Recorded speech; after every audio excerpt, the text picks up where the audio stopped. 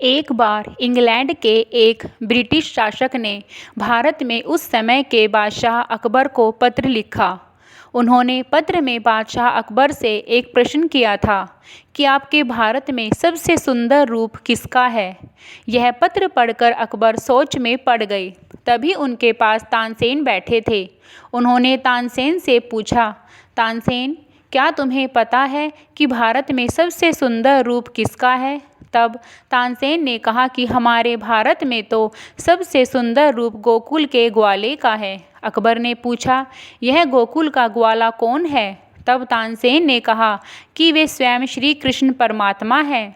अकबर ने पत्र में श्री कृष्ण का नाम लिखकर इंग्लैंड के ब्रिटिश शासक को इसका जवाब भेज दिया।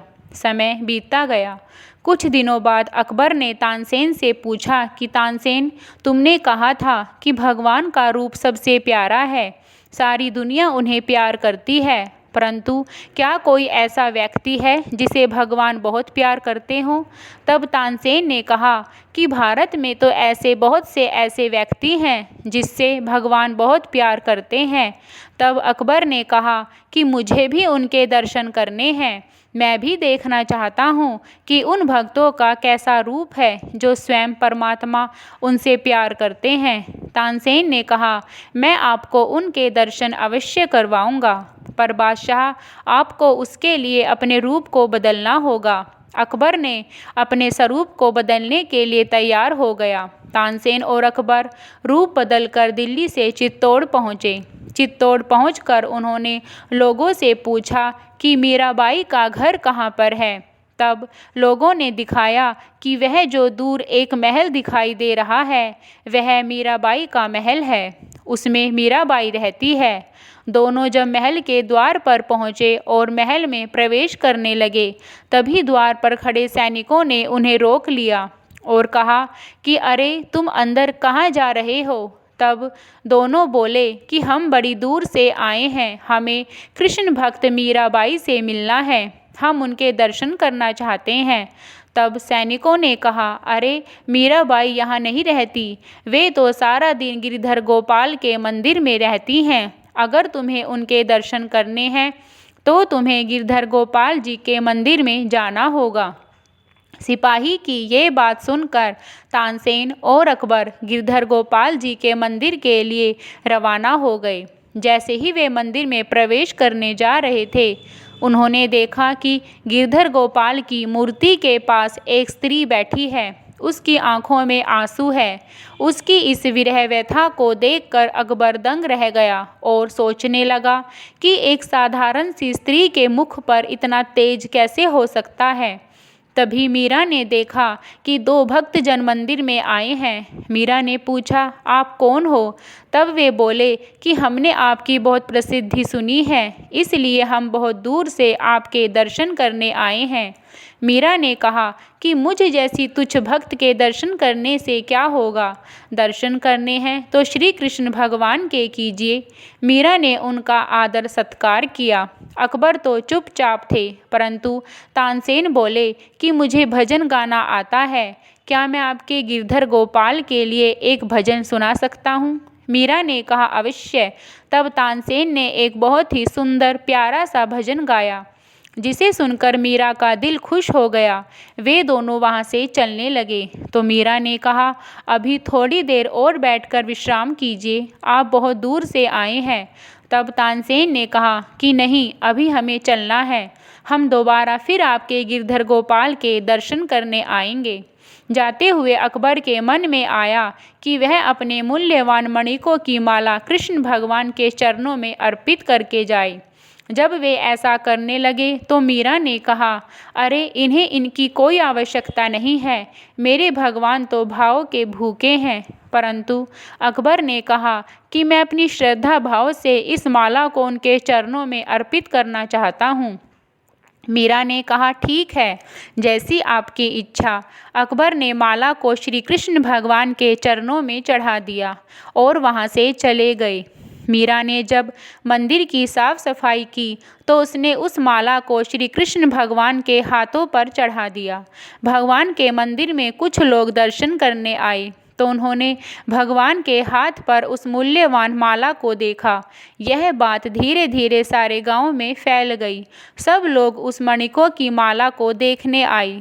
मीरा की ननंद उदाबाई भी इस बात को सुनकर उस माला को देखने आई। तो उसने सोचा, कितनी कीमती माला तो किसी राजा या सम्राट की हो सकती है। हो सकता है कोई राजा यहाँ पर आया हो और मेरी भाभी का उसके साथ कोई गलत संबंध हो। उसने यह बात जाकर अपने भाई राणा विक्रम को बताई। राणा विक्रम तो पहले से ही मीरा से द्वेष भाव रखता था। उसने अपनी बहन से कहा कि मैं मंदिर में जाकर देखता हूँ कि वह माला किस राजा ने चढ़ाई है, और वह उन मणिकों की माला को देखने के लिए मंदिर में आ गया। उसने गिरधर गोपाल की मूर्ति के पास जैसे ही माला को खींचने का प्रयास किया तो वह माला स्वयं ही टूटकर मीरा के चरणों में आ गिरी। वह भगवान के इस चमत्कार को नहीं समझा था। वह उस माला को लेकर अपने महल में आ गया और उसके मोतियों को ध्यान से देखने लगा। उस माला के हर मोती पर अकबर का नाम लिखा हुआ था। तब राणा विक्रम ने सोचा कि मेरी पत्नी मीरा हमारे दुश्मनों से मिल गई है। यह सोचकर उसे बहुत ही गुस्सा आ गया। उसने सोचा कि मैं अब मीरा को मार दूंगा या फिर यहाँ से भगा दूंगा। उसने पहले भी मीराबाई को मारने के लिए कई प्रयास किए थे। एक बार उसने एक टोकरी में विषधर सांप को भेजा था और कहा था कि मीरा से कहना कि इसमें शालिग्राम है। पर जैसे ही मीरा ने उस टोकरी को खोला तो सचमुच उसमें से शालिग्राम जी निकले। एक बार उसने मीरा को विष का प्याला पिलाया था और वह अमृत बन गया। इसलिए वह जानता था कि मीरा को मारने का उसका प्रयास हर बार असफल हो जाता है। तब उसने सोचा कि मुझे लगता है कि वह जो कृष्ण की मूर्ति है वही मीरा की शक्ति है। क्यों न मैं उस कृष्ण की मूर्ति को ही नदी में फेंक दूं। मूर्ति को नदी में फेंका देख मीरा खुद ही नदी में कूद जाएगी और मर जाएगी। यह सोचकर वह पुनः गिरधर गोपाल के मंदिर में आया। उसने मूर्ति को अपने सैनिकों के द्वारा वहां से उठाया और मूर्ति उठवाकर चित्तौड़ के तालाब में फेंक दी। तालाब में मूर्ति को फेंकी देख मीरा ने भी उस तालाब में छलांग लगा दी। मीरा के छलांग लगाते ही वह मूर्ति मीरा के हाथ में आ गई। कहते हैं मीरा कूदी तो चित्तौड़ के तालाब में थी, परंतु जब वह मूर्ति को लेकर निकली तो वह वृंदावन में यमुना जी का घाट था, जहाँ श्री कृष्ण भगवान का निवास था। मीरा समझ गई कि यह सब भगवान का ही चमत्कार है और वह वृंदावन में रहकर श्री कृष्ण की भक्ति में लीन हो गई। जब राणा विक्रम को यह बात पता चली तो उसने मीरा को चित्तौड़ में लाने के बहुत ही प्रयास किए, क्योंकि वह नहीं चाहता था कि लोग उसके बारे में कुछ अपशब्द कहें कि राणा सांगा की पुत्रवधू वृंदावन में संतों के साथ रहती है। राणा विक्रम चाहता था कि मीरा को दोबारा महल में लाकर उसे दुख भरी यातनाएं दी जाएं। वह मीरा को लेने वृंदावन में गया और इस बार उसका यह प्रयास सफल हो गया। वह किसी तरह मीरा को समझा बुझा कर वापस चित्तौड़ में ले आया और महल में लाकर मीरा को बहुत ही परेशान करने लगा। जब मीरा बहुत ही परेशान हो गई तो उसने भक्त तुलसीदास जी को एक पत्र लिखा। उसमें लिखा था कि यहाँ पर मेरी भक्ति में बहुत ही विघ्न आ रहे हैं। आप कृपया मुझे बताइए कि मैं क्या करूँ जिससे मेरी भक्ति सफल हो जाए। तब तुलसीदास जी ने कहा कि जिसे भगवत नाम से प्रेम नहीं है, ऐसे सगे संबंधियों का त्याग ही कर देना चाहिए।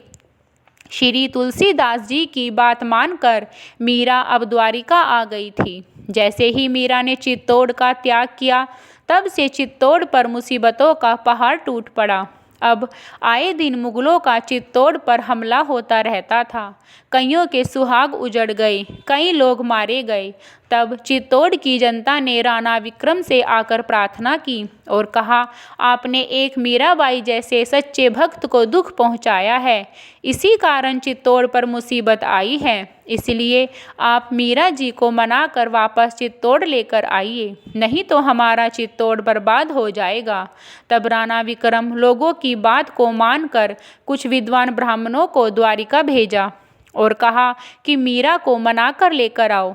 जब ब्राह्मण द्वारिका गए और मीरा को वापस चित्तौड़ आने के लिए कहा तो मीरा ने मना कर दिया और कहा कि अब यही मेरा निवास स्थान है। तो ब्राह्मणों ने कहा कि ठीक है, जब तक आप हमारे साथ नहीं चलेंगी तब तक ना तो हम भोजन ग्रहण करेंगे और ना ही पानी पिएंगे।